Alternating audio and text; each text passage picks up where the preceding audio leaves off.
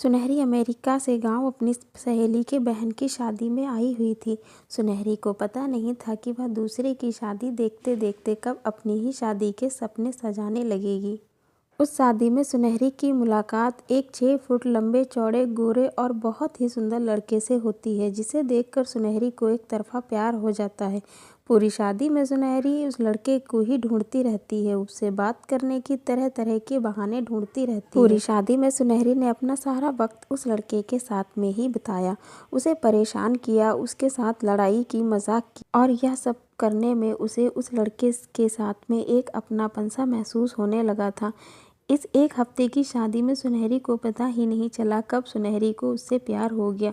और अब यह प्यार एक तरफा नहीं था, अब यह दोनों तरफ ही आग लग चुकी थी। दोनों ने मिलकर फैसला किया था कि शादी खत्म होने के बाद वह अपने बारे में अपने घर वालों को बताएंगे और वह दोनों भी शादी कर अमेरिका चले जाएंगे। सुनहरी ने अपनी जिंदगी को लेकर शुरू से आखिरी तक के सारे सपने देख लिए थे। सुनहरी के अंदर अब उस लड़के को पाने की चाहत बढ़ती ही जा रही थी। रात में छुप छुप कर बाहर मिलना सुनहरी ने शुरू कर दिया था। सुनहरी अब उस लड़के के साथ में होती थी तो सुनहरी को अपने जिस्म पर भी कोई काबू नहीं रहता था। वह उस लड़के की बाहों में खोना चाहती थी, वह उसके साथ एक होना चाहती थी, लेकिन वह लड़का हमेशा ही सुनहरी को मना कर देता था।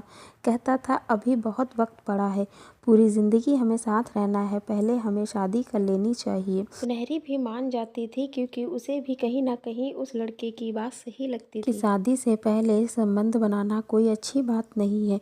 उन दोनों लोगों ने अपने प्यार के बारे में अपने परिवार वालों को बता दिया था। परिवार वालों को भी कोई एतराज़ नहीं था, उन्होंने भी दोनों की शादी के लिए हाँ कर दी थी। अब दोनों की शादी की तैयारियां शुरू हो गई थी। दोनों ने अपनी शादी के कपड़े खरीद लिए थे। घर में खुशी का माहौल था, चारों तरफ खुशी ही खुशी थी। शादी के दिन नज़दीक आ जा रहे थे। सुनहरी बहुत खुश थी। सुनहरी सोच रही थी कि मुझे ऐसा जीवन साथी मिला है जैसा मैं चाहती थी। और फिर दोनों की शादी हो जाती है, दोनों एक दूसरे के साथ अमेरिका चले जाते हैं। अमेरिका जाने के बाद आखिर दोनों के मिलन की पहली रात भी आ गई, क्योंकि सुनहरी तो चाहती थी कि सुहागरात गांव में ही मनाई जाए, लेकिन लड़के ने मना कर दिया था। सुनहरी से कहा था कि हम अमेरिका चलकर ही अपनी सुहागरात मनाएंगे। इसलिए सुनहरी ने सुहागरात के लिए अपने सारे अरमानों को खोल दिया था। उसने अपने कमरे को बहुत ही अच्छे से सजा लिया था। कमरे में चारों तरफ लाल रंग के कैंडल और लाल गुलाब ही नजर आ रहे थे। उसने अपने लिए एक बहुत ही सुंदर लाल रंग की नाइट ड्रेस खरीदी थी, साथ में शैंपियन और वाइन की बोतल भी थी। पूरा कमरा खुशबू से महक रहा था। लाल रंग की नाइट ड्रेस में और लाल रंग के श्रृंगार में सज के बैठी हुई सुनहरी बहुत ही सुंदर लग रही थी। वह बार बार खुद को शीशे में निहार रही थी और पता नहीं क्या क्या सोच रही थी और मुस्कुरा रही थी। तभी अचानक से दरवाज़ा खुलने की आवाज़ आती है। सुनहरी सिमट जाती है, आंखें बंद कर लेती है और मन ही मन मुस्कुराने लगती है, जैसे कि वह महसूस कर रही हो कि वह उसका पति आएगा और उसको छुएगा।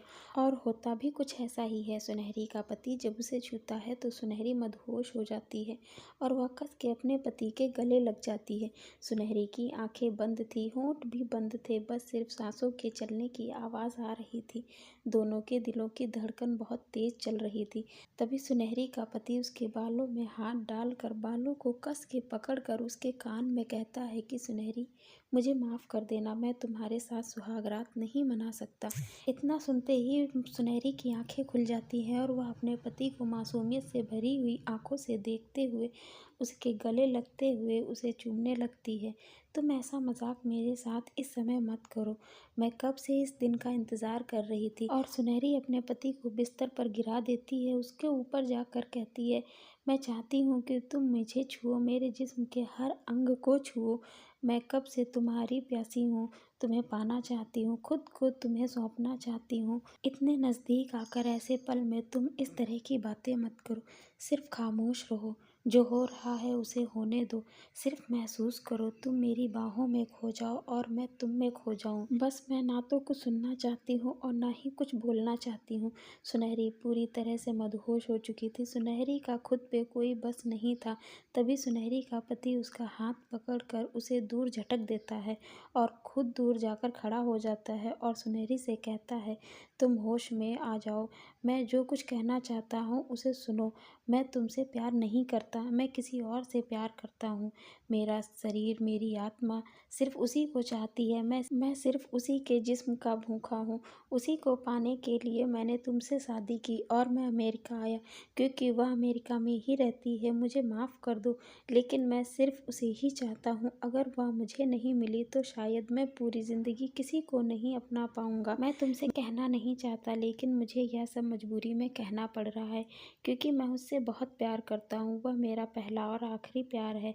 मेरे पास यहाँ आने का कोई रास्ता नहीं था, इसलिए मैंने तुमसे शादी की थी। तुम्हें बहुत मिल जाएंगे, तुम बहुत सुंदर हो, किसी से भी शादी कर सकती हो, लेकिन मेरी आत्मा और रूह में सिर्फ वही बसी हुई है।